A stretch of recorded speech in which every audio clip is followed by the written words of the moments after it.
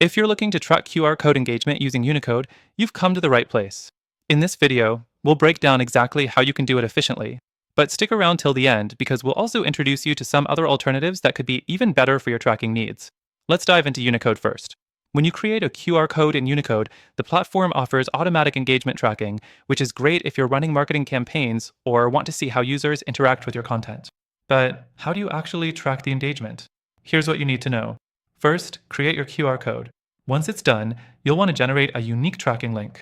This allows you to monitor data like how many scans, when they occurred, and where your audience is located. It's a very straightforward process and perfect for businesses that need to keep an eye on their metrics in real time. Next thing, make sure you're tracking the right parameters. Unicode gives you a variety of options, such as tracking scan location, device type, and even engagement over time. This is where you can start to dig into the details. But here's where Unicode falls short.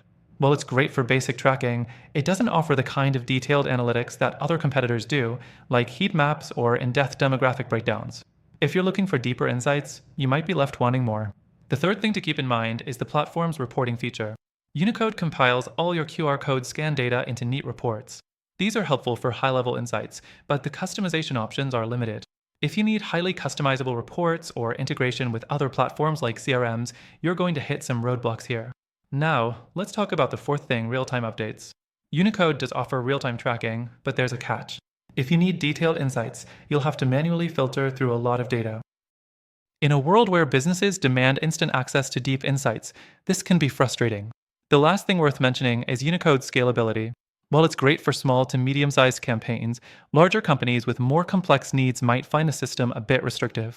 If you're scaling up, it might not be able to keep up with the level of detail you need for advanced tracking. So, if you're planning to use Unicode to track QR code engagement, it's a solid choice for basic needs. But there are definitely alternatives out there that can do more when it comes to in-depth analysis and easier integrations. That brings us to the end of this video. Before you go, I want to make sure you know about an exclusive offer we've partnered up with. We've got a special extended free trial for Unicode, but we've also found some other amazing alternatives that give you even better options for tracking your QR code engagement. You can get these alternatives, which also come with a free trial, through our link, and they're only available to our viewers. So, make sure to check them out.